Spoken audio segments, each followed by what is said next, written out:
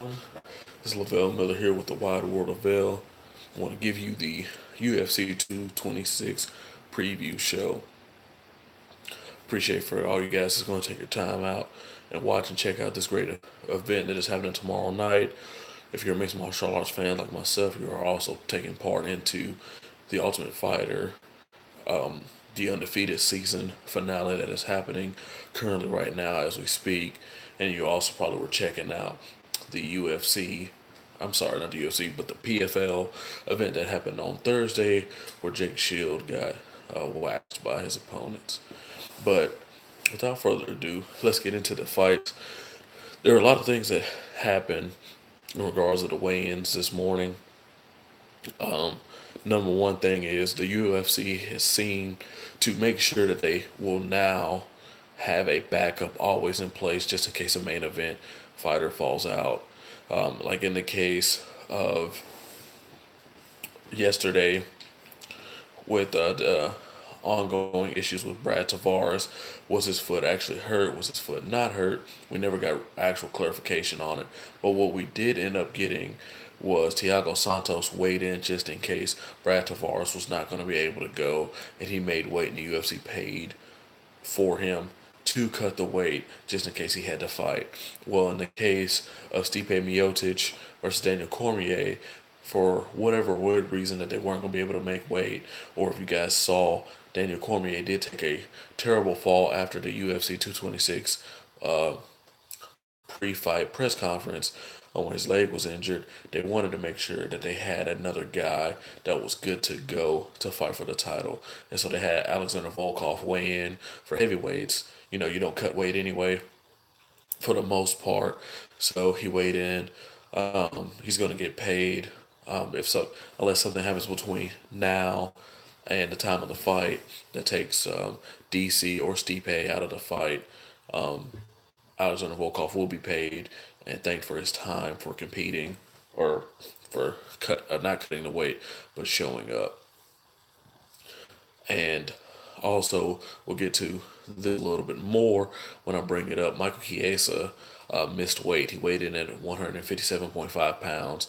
And when he weighed in, he was waving everybody off and made it very clear that he was not going to continue to cut the extra pound and a half to make weight. And he also made it very, very adamant that he would no longer be fighting at the 155-pound weight class. He was like, this is done for him, which is, you know, a lot of people can't understand. You think you cut weight for so long, but a lot of these guys, man, they're not coming from the wrestling background where you traditionally cut weight all the time. And cutting weight is actually a thing of the past when it comes to collegiate wrestling because of hydration tests. There are certain things that are required for you to weigh in at a certain weight, and then you can only weigh at a certain weight again the next time you compete. It's the same thing that's trickled down to a lot of these high schools. So you can't have a guy, for example, high school weight classes. You can't weigh 189 and then compete at 171 your next match. It's not possible. They will only allow you to do about a 3 or 4 pound cut. And then so also if you wrestle up, you can wrestle up if you weigh in at a certain weight class. So once again, using the same example, you weighed 170 for the 170-pound weight class. They didn't have a guy, but you wrestled at 189. You can wrestle at 171 again your next match because that's the actual weight that you weighed in at. But, you know, if you weighed in at, let's say, 176 for a 189-pound match, depending on how your hydration test is set up for your body type, you lose weight, you may have to wrestle at 189 once again before you can even drop down to 171. So, a lot of these guys, you know, they're learn this style of water loading, which is your first 2 or 3 days. You fill your body up with ridiculous amounts of water, and then the next 2 days after that, you go ahead and lose as much weight as possible by flushing everything completely out of your system and completely dehydrating yourself because your body is going to believe you're consuming so much water that it needs to get rid of the rest. So that's what happened to a lot of these guys that do believe that sorry about that, that do believe this is the way to go. Also with that, Kevin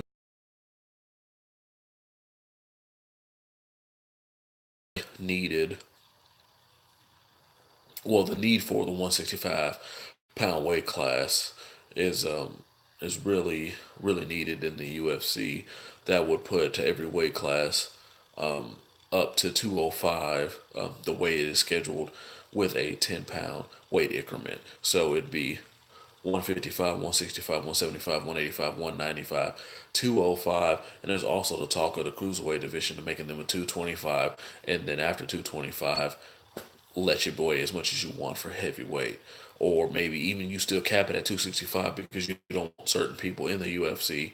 Or maybe you move it up to 275 or something like that. Because there are some big heavyweights like Derek Lewis who does say he walks around 300 pounds whenever he does not fight and he needs to lose the weight. Lose weight to fight, but being a bigger guy, it is easier to cut the weight to fight for the weight classes. But enough about the weight for this point of it. We might circle back around at the very end because there was some interesting stuff that did come out that if I can remember to and get to it, I'll go ahead and let you guys know. But so let's start this off tomorrow night at 6 p.m. Central Standard Time, 7 p.m. in the East. Starts off on the UFC Fight Pass, the UFC's paid subscription service. Jamie Moyle fights Emily Whitmire at the strawweight clash. So Jamie Moyle, she's fights out of Syndicate MMA. I do believe that is in Las Vegas, and Emily Whitmire fights out of a gym in Oregon. If you are following these two individuals, both of these individuals were on the Ultimate Fighter, Joanna, I'm sorry, Claudia versus Jędrzejczyk, or however they named it, I forgot. But it was the strawweights edition of it. And Jamie Moyle is actually the most active person out of that group to recent memory for me. Emily Whitmire has not fought since she was on that show, in which she ended up losing her first fight in the first round. A lot of those fighters that was on that show, for whatever reason, whether it be contract wise or the UFC just needs wise, they haven't used them. They've used Jamie Moyle more often than not, or have attempted to. She's fought on a couple pay-per-view cards, and something that is also very interesting, just like what is happening tonight. A lot of the fighters who are on the Ultimate Fighter shows, they end up fighting on the finales, and I do believe it's because the UFC gives them these contracts, and they don't know what to do with them. There's a lot that is not, they want to let them prove themselves, but you only can do so much, right? So you don't want to put them, like in the case of Emily Whitmire, she's 2-2. Jamie Moyle's 4-2. You know, without a lot of tape and knowledge of people to, see what they can do, you don't want to throw them on some of these FS1 cards or these big Fox cards. So even though that show will be aired on Fox, or this one is, buried in Fight Pass prelims of the UFC Fight Pass portion, you want to definitely make sure that these guys are getting the octagon time that they need, but you don't want to also put them out there to the public eye and have questions be asked about what type of show that you are providing. In this context, Jamie Moore has really good wrestling. Emily Whitmire, we don't know what her style is yet or what she's going to actually be able to do. She tries to mix up things a little bit well. She got caught in an armbar her last time out, so and it was from the guard. So she's not obviously not paying good enough attention to where her hands are, where the placement of the feet of her opponents on her hips. She isn't aware of all that, but it's been 6 months, or a little bit over 6 months since that's happened. So her guard from the bottom be all right. But however, Jamie Moyle is she's going to press forward and she's going to look for to initiate the takedown, take her down. So with that, with Jamie Moyle's pressure, her wrestling, her striking to set up her takedowns, I think this would easily be too much for Emily Whitmire unless she has been able to figure out what works best for her when she decides that she's going to fight Jamie and has been watching the things that she's good at or not. And, Jamie is also, this is a strawweight fight, but Jamie is like a bigger, thicker gal versus Emily Whitmire being kind of skinny. So the strength advantage is definitely on Jamie's side. Emily, I do believe, is a little bit taller, so she would have to sit out there, stay at range, and try to strike, circle, not let Jamie close the distance to set up these body lock takedowns or these double legs. So, with that being said, I do think Jamie Moore will get it done. I believe she will end up finishing Emily Whitmire, whether it be the first or second round. I don't think it'll be a big deal, but I do believe she'll end up getting it done. The feature fight on the UFC Fight Pass prelims is Dan Hooker versus Gilbert Burns. This is going to be a really good fight, fun fight. Both of these guys bring it. Gilbert Burns has had a lot of good jiu-jitsu that he likes to implement in his game. Dan Hooker mixes up a lot of things well. He can finish you pretty much however he wants to, whether he chokes you out or he knocks you out. He's been on a little bit of run as of recently. He trains with Israel Adesanya, and Israel Adesanya, as a matter of fact, does compete tonight against Brad Tavares. So that's a good gym that they're training with. This fight is something that should have been on the FS1 free portion. Something definitely that I would like to check out. See what happens with that fight. It's kind of close. I can't really make a decision on this one because Dan Hooker does a lot of things well. So, like I said, if he gets taken out to the ground, he can get back up to his feet if he needs to. He has a good attacks off his back if he feels like he needs to use that as well. Gilbert Burns, also, he does mix it up well, but he does have a lot of good submissions with that. So, I just look forward to checking out this fight, watching these guys throw hands, and see who ends up getting it done. Can't really make a prediction on that, like I said, but I think it'll be a really good fight. So when we go up to the first fight on FS1, this fight, the FS1 portion starts at 7 Central Standard Time, 8 in the East. We start off with Curtis Milner versus Max Payne Griffin. Curtis Milner got them hands. He finishes guys with his power, his speed, athleticism, and he's been getting it done since he got called up to fight in the UFC. Max Griffin had his best showing ever in the UFC when he fought Mike Perry. This was kind of looked at as like another fight for Mike Perry that's supposed to move him up into stardom. And of course, you guys know how Mike Perry is with a lot of his antics and things that he does do. This was the idea for him. It was working very well up until he fights guys who are not going to fight the type of style that Mike Perry likes to fight. So, and for example, Max Griffin did exactly what he needed to do. He sat up there, stayed on the outside, laid his shots, went for the takedowns when he saw the takedown was there, hurt Mike Perry multiple times, and showed what happens when you fight somebody with a game plan and somebody that doesn't have a game plan. Now, when he fights Curtis Milner, it's like, what does he do as well? Curtis Milner does the same thing. He's not going to sit back and try to just rush Max the whole time. He's going to be setting up his shots, setting up his strikes, has the speed to move in and out with pretty much no effort. Max Griffin showed a lot with his takedowns, but he doesn't seem like that's in his wheelhouse. He can't just keep going there over again and over again. Uh, like I said, when he fought Mike Perry is not known as a wrestler. He wants to throw hands with folks. So a lot of those takedowns probably caught him by surprise. With Curtis Miller, he's not going to be able to sit there and do that.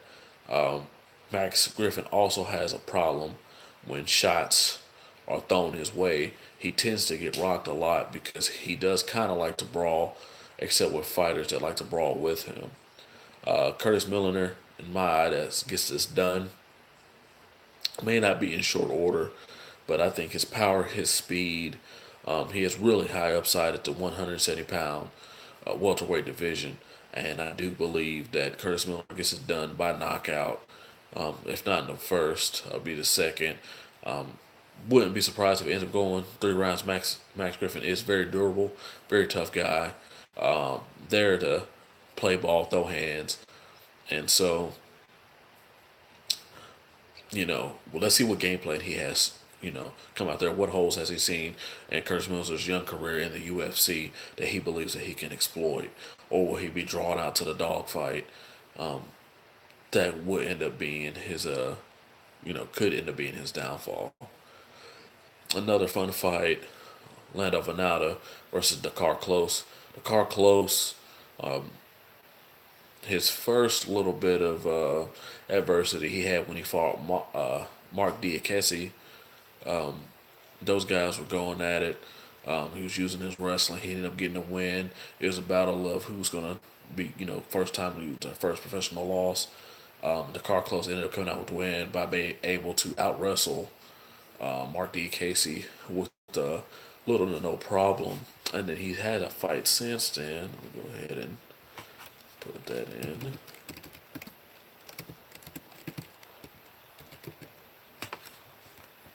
Check that out for you guys.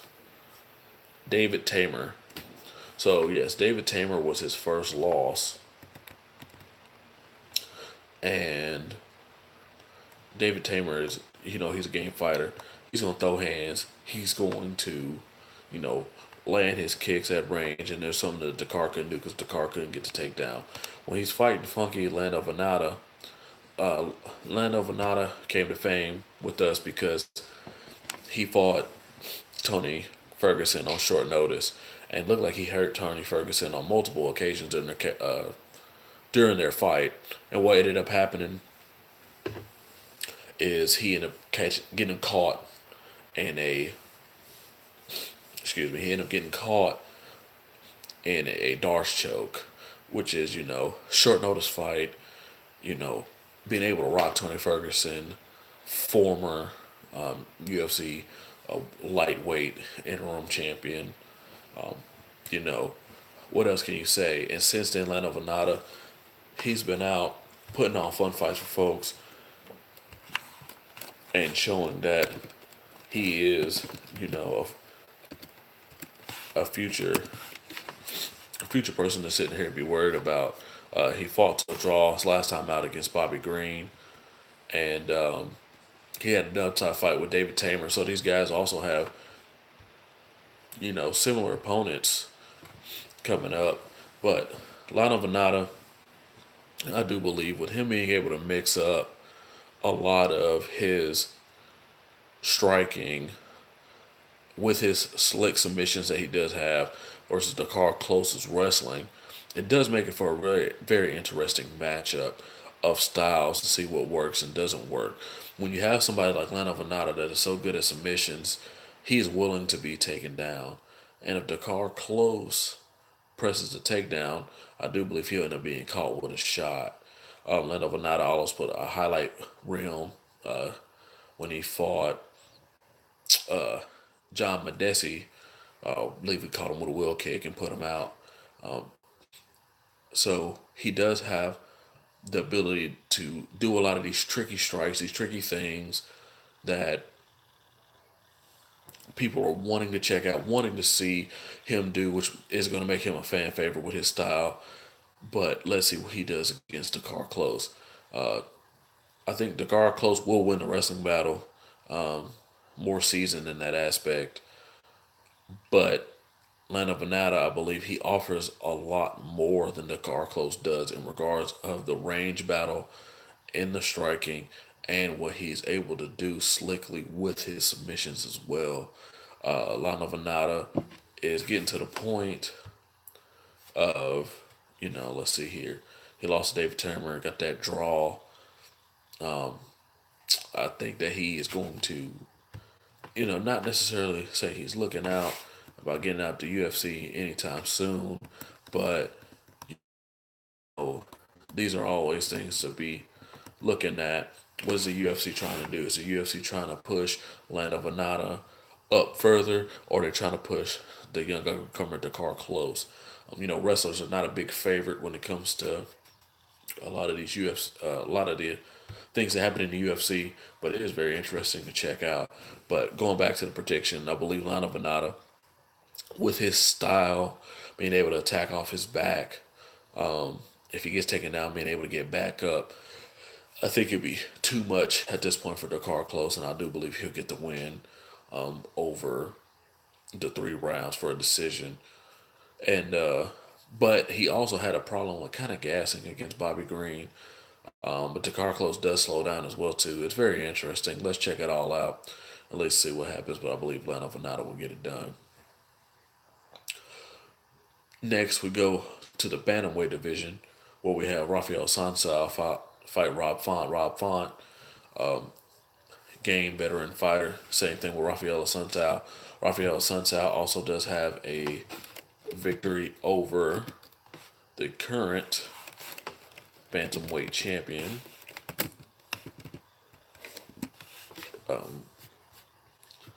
Let's see here. Let's pull up his record here. Let's see what his last time out was.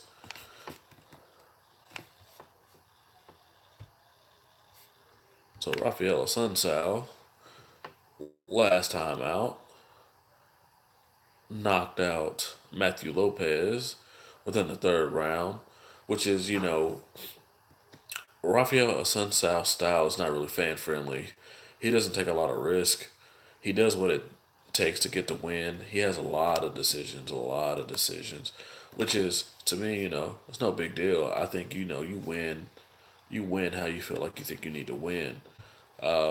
He's also trying to get his fight back against TJ Dillashaw because, right now they are 2-2. I mean, 1-1, I'm sorry, against each other,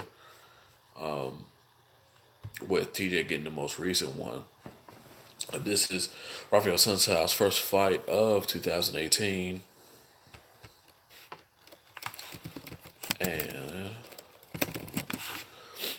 And we already know what he brings to the game. He's not going to take a lot of risk.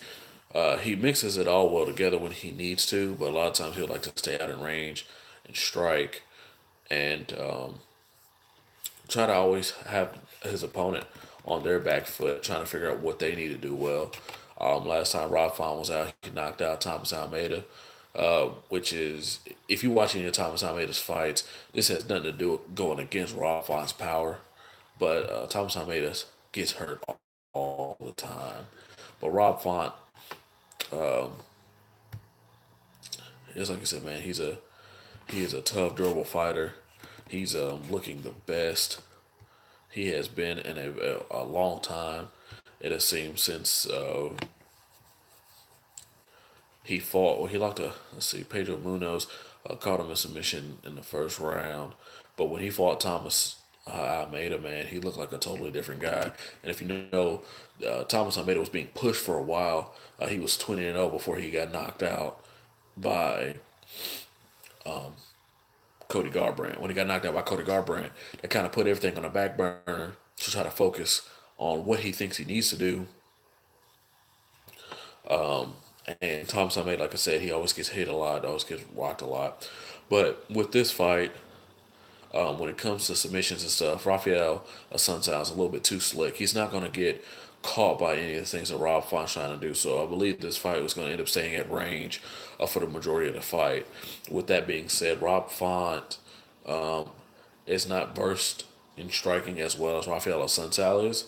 So Rafael Sunsao is going to be able to sit there, stand and trade, move back and forth, land good shots, um, but not put himself in harm's way where he's going to get hurt. So I believe Rafael Sunsao will Sunsao and win this fight by decision, unless Rob Font gives Rafael the opportunities to finish him. Rafael's not going to put himself out there like that. He's going to do whatever he can to win, which has been his detriment and reason why he's never been able to actually fight for the title, because he is too safe of a fighter. But to me, I look at it as win however you think you can win. Don't worry about anything else. So going to the feature fight of the prelims, we have Paulo Costa Borrachinha versus Uriah Hall. Uriah Hall, of course, everybody knows, got his claim to fame whenever he hit that spinning wheel kick, the first one to land in the Ultimate Fighter, which is he thought he was going to win, or everybody thought he was a favorite to win. He ended up losing at that point, but he did land. He has done a couple good highlights to a couple people. Last time he was out, man, hopefully his weight cutting issues have gotten a lot better, because he did believe that he had some type of mild heart attack when he was supposed to fight Vitor Belfort. It just happened in the middle of the day. He had to end up going to the hospital and getting checked out. But he only had one fight in 2017 when he knocked out Christoph Jocko, somebody that was highly looked at as a person of interest for a while. Christoph Jocko, I think he's no longer in the UFC. Sorry, guys, if I went out of camera screen for you guys a little bit. But he did beat Gegard Mousasi, which is the Bellator middleweight champion now. Back in 15, I do believe. Did he catch him? Yeah, he beat him in 15 when Gegard was coming in for a shot. And then, Gegard got his revenge back in 2016. But Uriah Hall, sometimes he shows up to fight and sometimes he doesn't. And when he doesn't, that's when he ends up getting caught by a lot of guys. He sits there and leaves his chin out there because of how his style is. The way he throws his kicks, he always has his hands typically low, tries to do a lot of spinning stuff, a lot of fancy stuff. And, like a lot of people say all the time, it's good when it lands and it's bad when it doesn't. But Paulo Costa, his last fight out, I do believe, is when he fought Johnny Hendricks. Should verify that.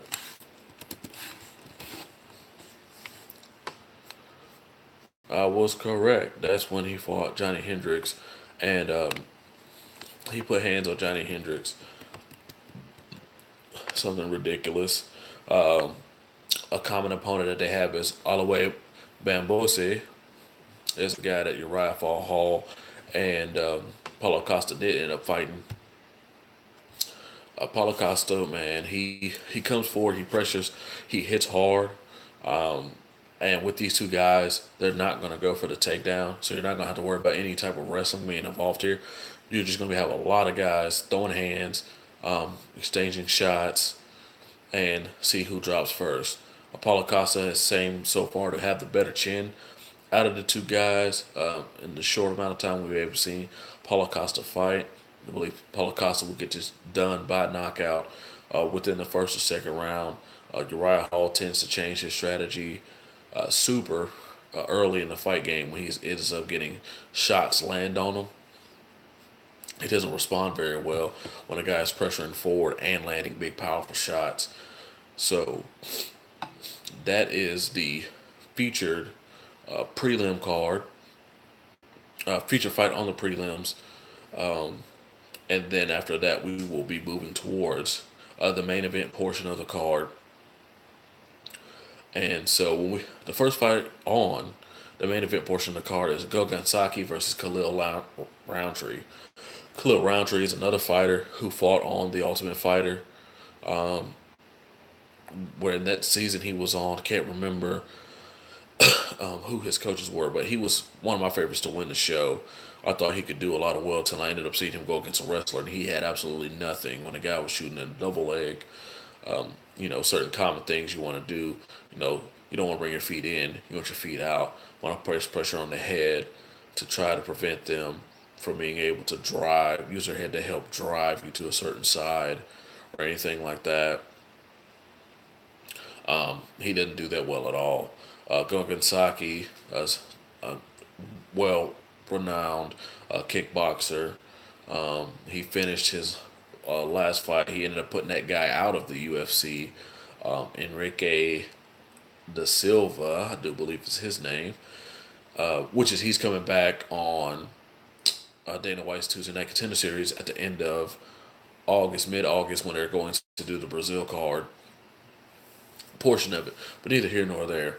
So with Goga Saki versus Khalil Roundtree, that's going to be a stand-up fight. Khalil does hit hard, but I believe his lack of tricks he has to set up his strikes. And when he fought last time out, he fought a guy who ended up getting flagged for a USADA violation, which is probably why he did not actually finish the guy, because he had that guy in dire straits for the very first round. Michael Olejniczak, don't know how to say his name, it's kind of hard, but Khalil Roundtree was putting the whoop on this guy, and he couldn't get him out of there. So, but when that didn't happen, Michael was able to start bringing up his game, using his hands, using his wrestling, mixing everything together, and ended up getting the job done. This is like I'm saying, it's not going to happen that way. Gogasaki is not looking for the takedown. Gogasaki is looking to throw the hands the whole time. With that being said, Gogasaki, I do end up finishing Khalil Roundtree based off of just pure experience in the striking department with his kicks, with his hands and everything. He's going to be in and out faster than Khalil has ever been expected for these strikes. And I do believe it'll be a very interesting fight if it goes past the first round. Because let's see what other game that Khalil has ready available for him. The biggest hope I would have for him is that his team hasn't been showing him that he needs to focus solely on takedowns, because wrestling is not something that you can just do if you haven't done it for a while. You have to get really good at certain takedowns, learning where positions are. If you do this, do you need to do that? If they do this, do you do that? And I hope Khalil doesn't go out there. They have him press the action and shoot a double leg or a single, try to set up a body lock clinch, and hope for the best for the takedown. And if he does get the takedown, that'll be very interesting to see what Gogan Saki can do off his back. Can he get back up? Enrique da Silva, like I said, I believe, hopefully that's the right guy's name. And you know what, why not? Let's go ahead and verify. Get a little bit more straight. Enrique da Silva, boom, I was right. So Enrique da Silva came out and he looked for a bunch of takedowns against Gogan Saki, and Gogan Saki was able to dig his underhooks, circle off against the cage, and be able to land at range and then move in. Something that Enrique and his team probably didn't think he was going to be able to do. And because of that, the unexpected happening, Enrique gassed himself out, so he got caught and got put to sleep. So let's check that out, see how it goes. But I do believe Gogan Saki will get that win by KO. Once again, like all the fights I've seen to predict so far, first and second round KO. Next fight we get to Michael Chiesa versus Anthony Pettis at the lightweight division. Like I stated earlier, Michael Chiesa did miss weight. Weighed in 157.5. Anthony Pettis didn't make it with the one allowance for a non-title fight at 156. Not much really to be said here. We know what Anthony Pettis does well, and we know what he struggles against. And what he struggles against is some things that Michael Chiesa does well, and that's wrestlers with good jiu-jitsu. Anthony Pettis has really good jiu-jitsu off of his back. Probably why? Probably from all the time when he was in the gym with other wrestlers and they were taking him down pretty much with ease and he wasn't able to do anything about it. As long as he's been in the fight game, you would believe that he would be somewhat better in regards of defending takedowns. But I believe what he needs to do is take a picture, not a picture, but a play out of Holly Holmes' book when, being taken down is really hard for you to defend. You're probably better off initiating the takedowns yourself. Because if you start initiating a lot of the takedowns and you get that guy down, now you're on top. Now he's in your world. You'll be able to figure out what you want to do. If you have really good jiu-jitsu, top pressure, be able to attack for submissions and things like that. But when you don't do that and you allow a guy just to take you down with no problem, like what Anthony Pettis pretty much does, because he does the basic things when he's along the fence line, you know, gets his legs spread out, tries to pressure the head, things like that. There's just so many things that you would think that he should know by now that he should be able to defend these takedowns from some of these guys. He just can't do it, and nobody knows what happens in the practice room. He may be able to do that against a lot of the guys when they're solely focused on wrestling, but it seems like when everybody's be able to mix it up within their strikings to set up their clinch grabs and their takedowns, Anthony Pettis is not able to defend it very well. But with this, Michael Chiesa has a ton of good slick submissions. He's willing to stand out there and trade. He knows better. He can't stand and trade with Anthony Pettis.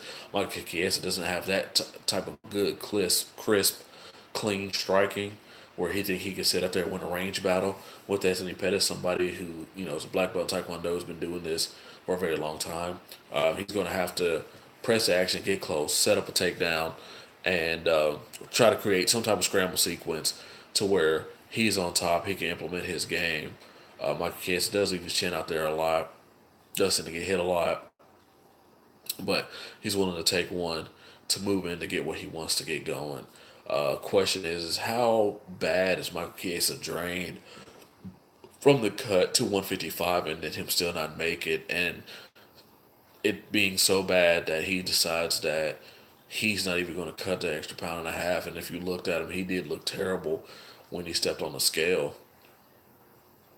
So I guess 170 is the next move for him since there isn't a 165-pound division, which is something that would definitely be interesting if the UFC did add that because they believe it's going to deplete two weight classes to make that 165. Of course, there'll be another title there, but I think there'll be a lot of guys who move to that weight class, and there's guys who would stay wherever they are. Maybe you have a guys who cut down to 145, they won't cut to 145 anymore. They'll say 155. Same thing, or up at the top end. Maybe you got guys that cut to 170. They'd be like, oh man, I make 170 fairly easy. I'll cut to 165 like a Cowboy Cerrone who is now, struggling when he competes against these bigger guys. But that topic's for another day. But in regards of this fight right here, 3-round war. If it stays at range, Anthony Pettis should get the job done. If it is a clinch battle in regards of takedowns or anything of that nature, I believe Michael Chiesa can get it done. But don't be surprised, Anthony Pettis is very slick off his back in regards of takedowns. I'm not certain not takedowns, but submissions, sweeps, and being able to get back up on his feet. Could be a very interesting fight. Want to see how well Michael Chiesa rehydrates from his weight, cut, and we'll check that out, see how it goes. Next fight, short notice fight. Well, not really that much of short notice, but a different weight class. Paul Felder versus Mike Perry. A lot of people kind of thought it was very interesting that Mike Perry got put on the pay-per-view portion of the card solely because he lost to Max Griffin, as I said earlier. And Max Griffin, if you look at him, he's the first fight as soon as you go live on TV. He's fighting Paul Felder. Paul Felder, a very game opponent. Very great Muay Thai. Stands there, throws elbows. Great clinch work. Guys mess up, he gets him on the ground, stays on top, man, just rains on him elbows like none other, man. And Mike Perry had a elbow that landed that was looked at as possibly knockout of the year. When he fought Jake Ellenberger, I believe in 16s when he landed that elbow.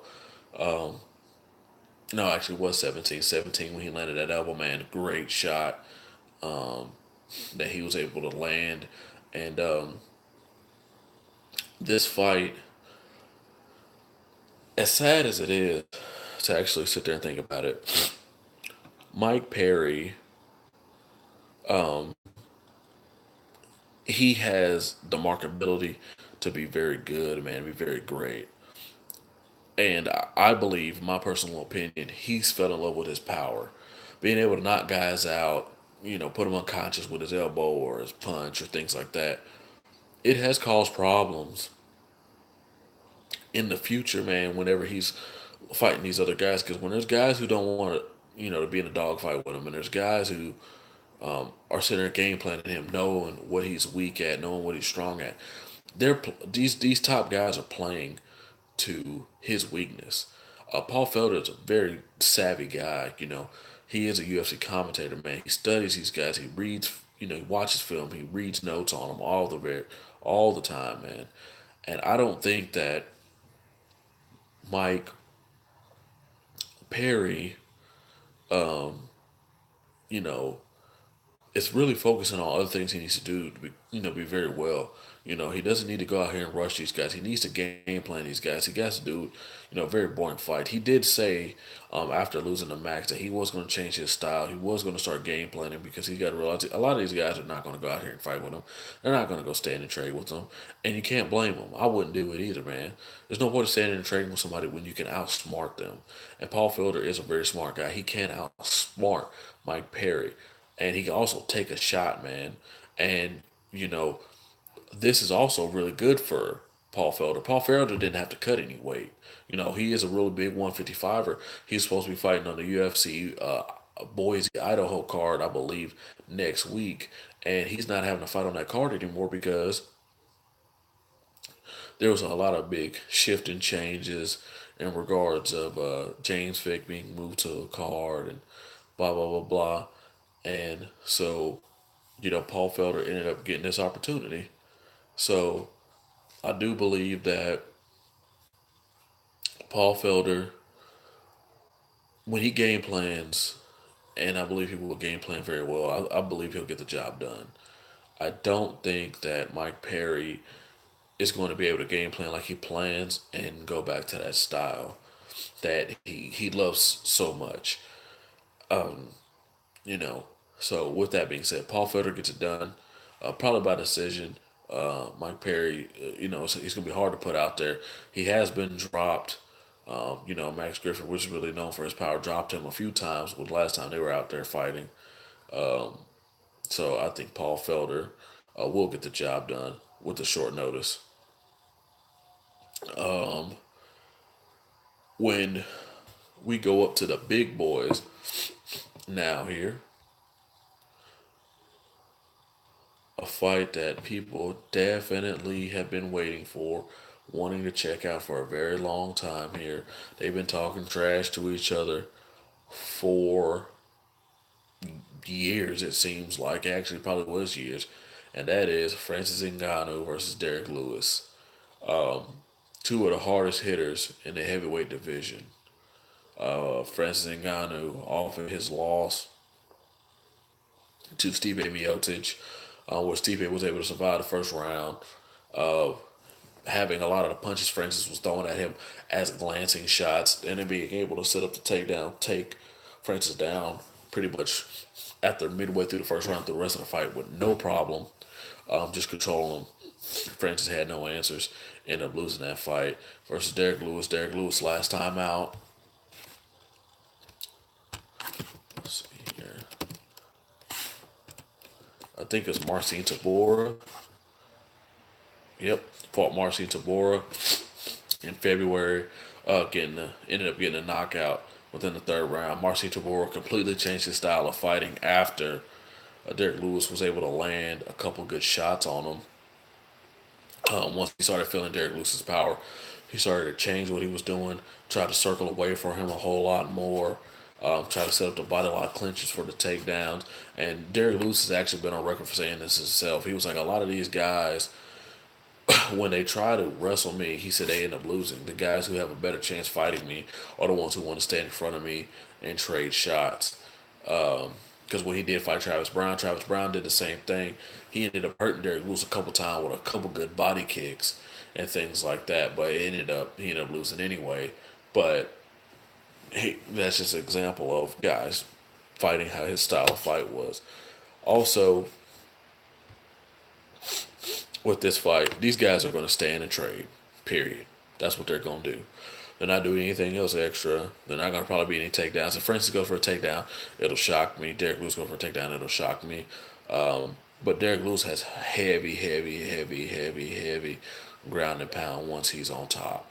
And he also cuts to make heavyweight. He said he normally walks around 300 pounds in the off season when he can just eat the McDonald's and the fried chicken all the time. When he's in camp, changes up his diet a little bit, cuts down, makes the weight. Not necessarily saying that he rehydrates an entire, you know, 30, 40 pounds, but he rehydrates a little bit more. Probably walks in the octagon around 270 something. I doubt he's about like 280 or 290 at that point because he's just not going to eat like that. There's no point of it. Us big guys won't gain that weight that fast anyway because it's actually, we're not water cutting. We're actually losing weight, actual pounds. But yeah, two big guys, both got hands. Francis Ngannou swings incredibly fast for a guy as big he is, very big and agile. But I think Derek Lewis gets this done. I think with being as muscular as Francis is, that requires a lot of oxygen. When you're doing something that requires a lot of oxygen, you're just naturally going to gas. It's no point. I mean, there's no real argument about it.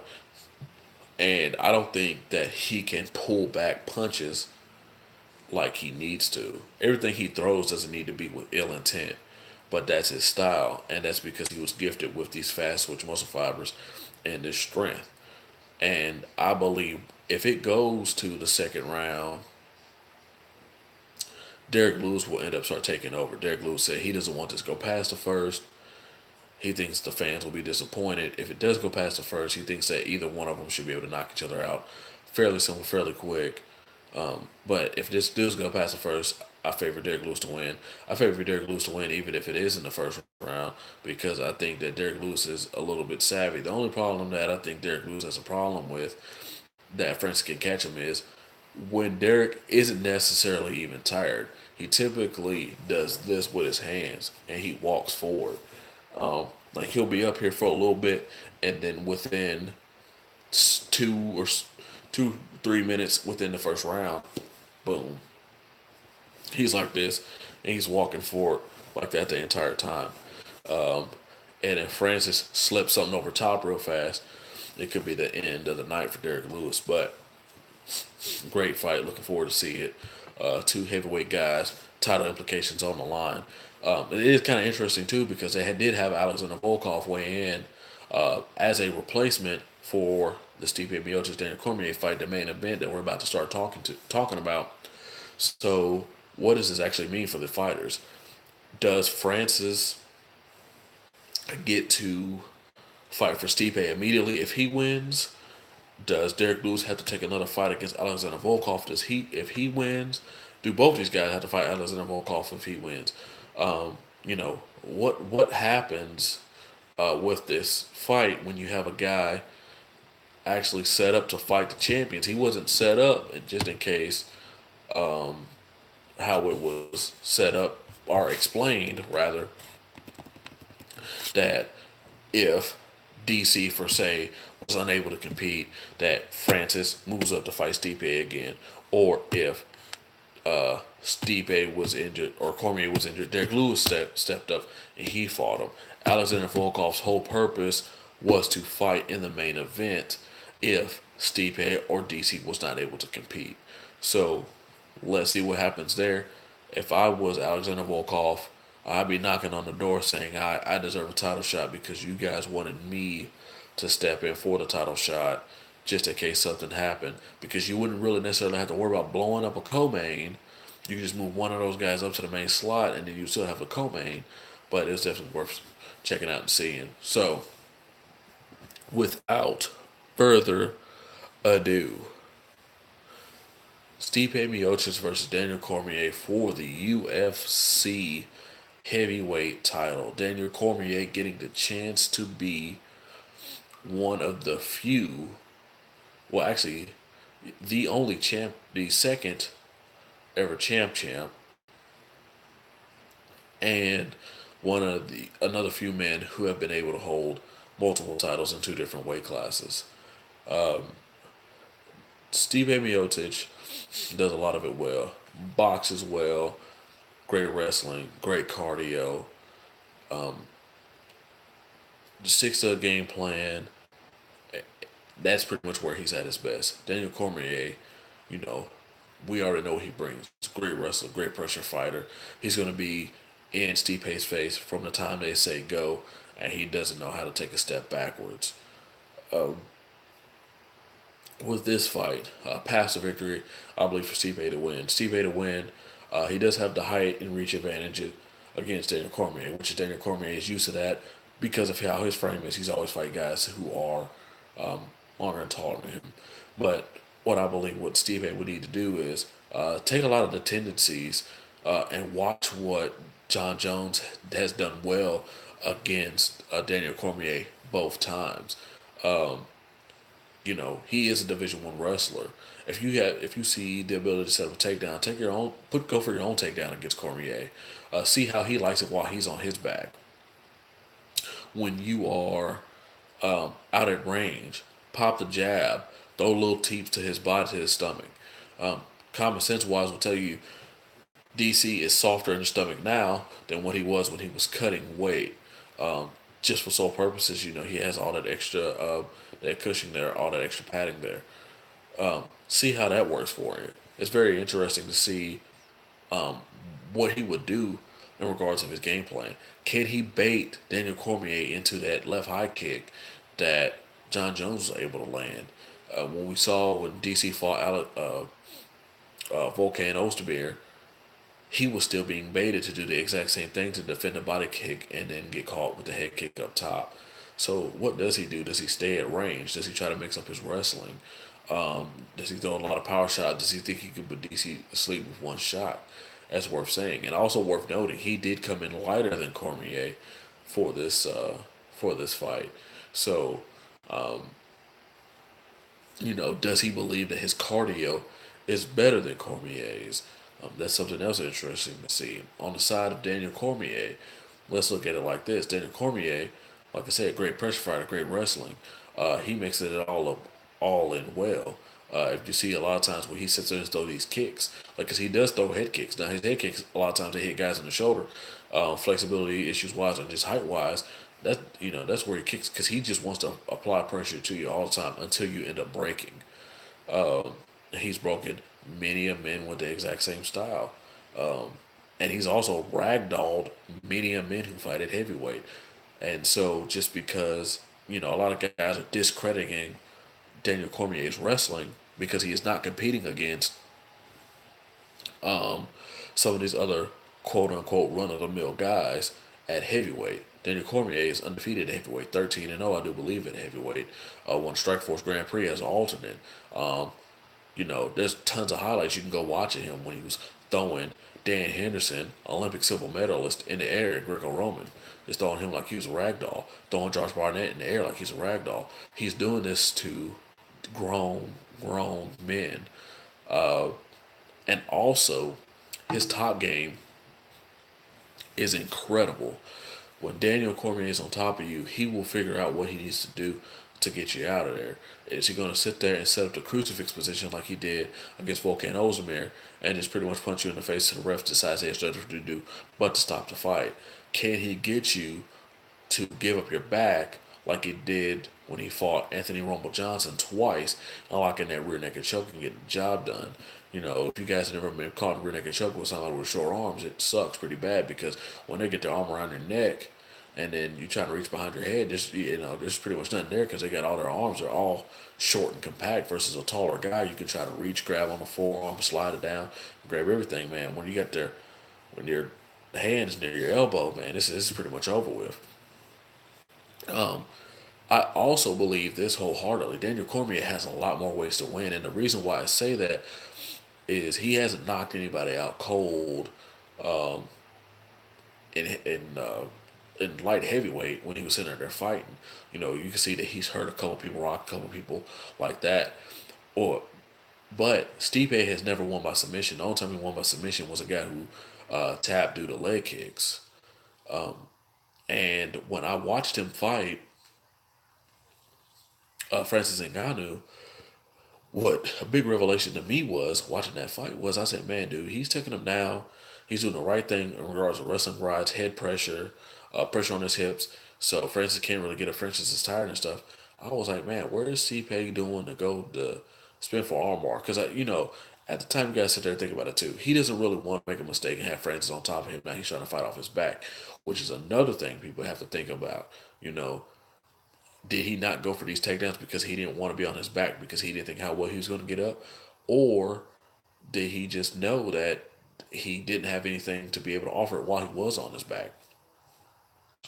But when it comes down to it, in regards to the whole situation, I was watching. There wasn't a lot of wrist riding that was going on. There wasn't a lot of leg rides that were going on in regards of Stipe and Ngannou's fight. He pretty much took him down and held him there, which is why when you hear how the fight went on, he only got two 10-8 rounds. When you think somebody takes somebody down and they hold them down for over 20 something minutes of a fight and you only get two 10-8 rounds, it's because he just took him down and he just pretty much held him there. And of course, he was just holding on from a lot of the strikes that were landed within that first round that Francis was able to connect with or just graze by him or whatever. But once he took him down, he just pretty much took him down and held him there. There was no real attempts for Kimuras, Americana, straight arm locks. There was no type of attempting to really advance the position. He was just trying to hold Francis down and prevent him.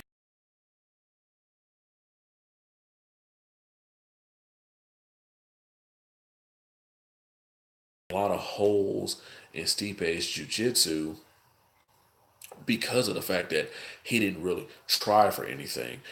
When you're in certain positions, you can try for certain submissions, and it's always position before submission. So he didn't have to necessarily give up any bad positioning for some of these moves he was trying to do. Like he had him on his back when you set him up in what we call a mousetrap position, when you have a single arm isolated on the other side, or you can set up arm triangles from there. Different, you know, set up spinning arm bars and stuff from there. There's a lot of different attacks I believe that I would like Stipe to attempt to do, or even when at the point of when he had him press against the fence for a while, he had his head down on his neck. His neck is tired. In wrestling, they sit there and tell you, man, you keep doing that. What a wrestler do? They naturally do this. They want to lift their neck up after a while. When he had Francis pressed against the cage, he's sitting there, not even wrestling just from natural gender. They're gonna tell him put his head up so he can try to stand up, man. He could have sank the hook in, slid the arm from the other side, and slapped in the rear naked choke. And how tired Francis was, he probably would have tapped right away. Definitely things to check out. So you don't have that problem with Daniel Cormier on the ground. When Daniel Cormier is on the ground, he's either going to punch you in the face or he's looking for submissions, or he's punching you to open up the submission. He's going to try the entire time to put pressure on you to where you're going to have to try to make a decision when you're on the ground. Are you going to give up your neck, or are you just going to keep continuously get punched in the face until he can submit you? And then on the feet, he's going to press you the entire time because he wants to see what are you going to do when I am pressing you this hard the entire time and you don't get a chance to actually use your offense. Stipe is not going to be able to actually stay out in range, in my opinion. I believe, even when he tries, use his hand out there, like more or less like this type of motion to try to guide the distance, keep Cormier away. Cormier is used to it. He's going to be able to come in, throw some shots underneath, and then try to catch Stipe in the middle of shifting his feet back when he goes in to shoot for his takedown. And even if he doesn't go for the takedown right away, he does land pretty good, significant strikes from the outside. He's going to throw. He probably will be the more active fighter in regards of strikes and forward pressure, just because of how Cormier fights. What I do believe is Daniel Cormier will get the job done in regards to this fight. Stoppage wise, I don't know if I can really say that he's going to stop him, but I do believe Daniel Cormier will get the job done.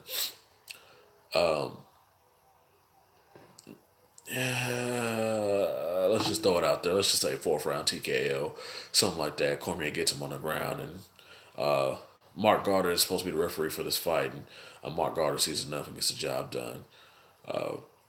But say appreciate everybody checking out the previews of the UFC 226 preview show. Appreciate everybody who's took the time to check in here. See what did. Give a like, subscribe. I do a lot of local MMA here. As a matter of fact, bring up this poster here, show everybody support local MMA if you're in the Middle Tennessee area. I got a fight right here, Jonathan Ivy's Cage Fighting Championships 4, Summer Smash, July 14th in Murfreesboro, Tennessee. Jonathan Ivy just recently made news as well. If you guys check out an article on MMA fighting, he does have his own Facebook page and things like that. I am friends with him on Facebook and stuff in regards to him tapping when he fought Travis Fulton. You guys can check that out on MMA fighting, or go to his personal Facebook page and find out all that stuff out. But yeah, guys, we'll say thank you for everybody who checked out this video. Just one more quick rundown of just the main card. My quick predictions. Daniel Cormier, like I said, fourth round stoppage, I believe. Just throwing that out there. Derek Lewis gets it done against Francis Ngannou. Paul Felder gets it done against Mike Perry. Michael Chiesa versus Anthony Pettis. It goes one or two ways. Michael Chiesa gets it on the ground, gets a submission. Anthony Pettis keeps it standing, wins the decision, winning the striking battle. And then Gogan Saki ends up beating Khalil Roundtree. Once again, thanks to everybody who checked it out. You can follow me at 37 Mode on Facebook, at Twitter, on Instagram. All I gotta say to you guys is greatness is earned, and this is how you become legendary.